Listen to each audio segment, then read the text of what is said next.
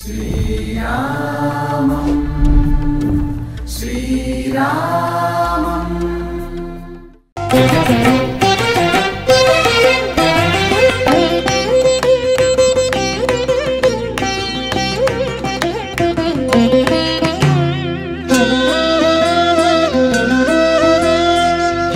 అండి. మనం రామకోటి రాస్తాం కదా, రామకోటి రాసే వాళ్ళు ప్రపంచంలో ఎక్కడి నుంచి రాసినా అయోధ్యకి పంపిస్తారు కదా.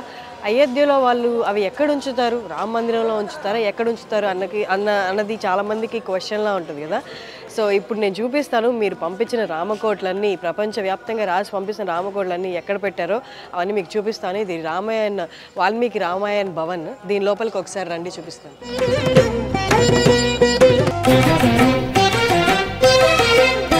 మీరు రాసి పంపిన రామకోటి పుస్తకాలు ఇవన్నీ మీరు ఎంత జాగ్రత్తగా, ఎంత భక్తితో రాసి పంపించారో మీరందరూ, అదే భక్తితో వీళ్ళు కూడా సురక్షితంగా మీరు రాసి పంపిన రామకోటి పుస్తకాలని ఇక్కడ భద్రపరిచారనమాట.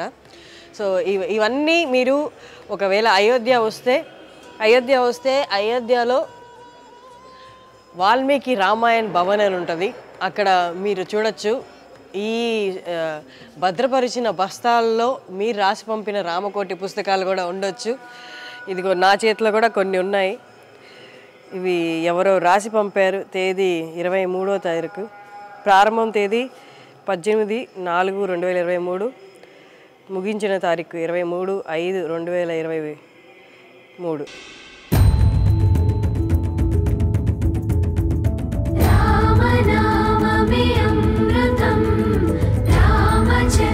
మీరు ఎంతైతే భక్తితో రాసి పంపారో వీళ్ళు కూడా అంతే సురక్షితంగా భక్తితో వీటన్నిటినీ ఇక్కడ పెట్టుంచారు.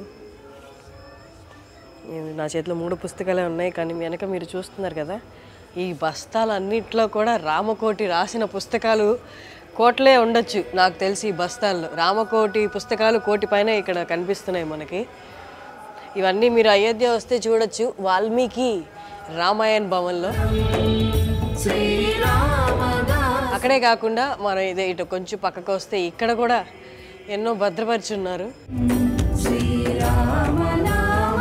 అలాగే ఇక్కడ గోడలు చూస్తే వాల్మీకి రామాయణ భవన్లో ఆ గోడల మీదంతా కూడా మీరు చూడొచ్చు, రామాయణం రాశారనమాట. ఈ పాలరాతి మీద చెక్కించారు. ఈ భవనం మొత్తం ఇలాగే ఉంది. అంటే ఎన్ని సంవత్సరాలు బట్టి ఉంటుందో వీళ్ళందరికీ ఇది రాయడానికి, చెక్కించడానికి. బట్ లైటింగ్ ఇక్కడ సరిగ్గా లేదు, కానీ మీరు కొంచెం క్లోజప్లో చూసినట్టయితే మొత్తం భవనాలన్నీ, ఈ భవన గోడలన్నీ రామాయణంతో నింపేశారనమాట.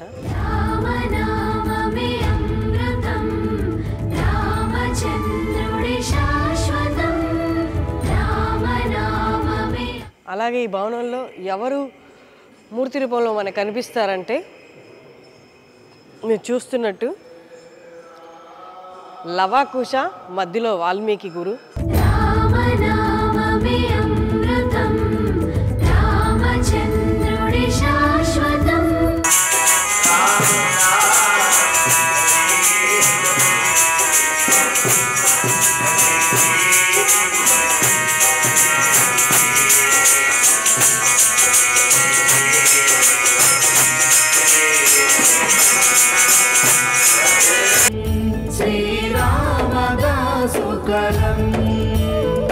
రామచిలక స్వరం శ్రీ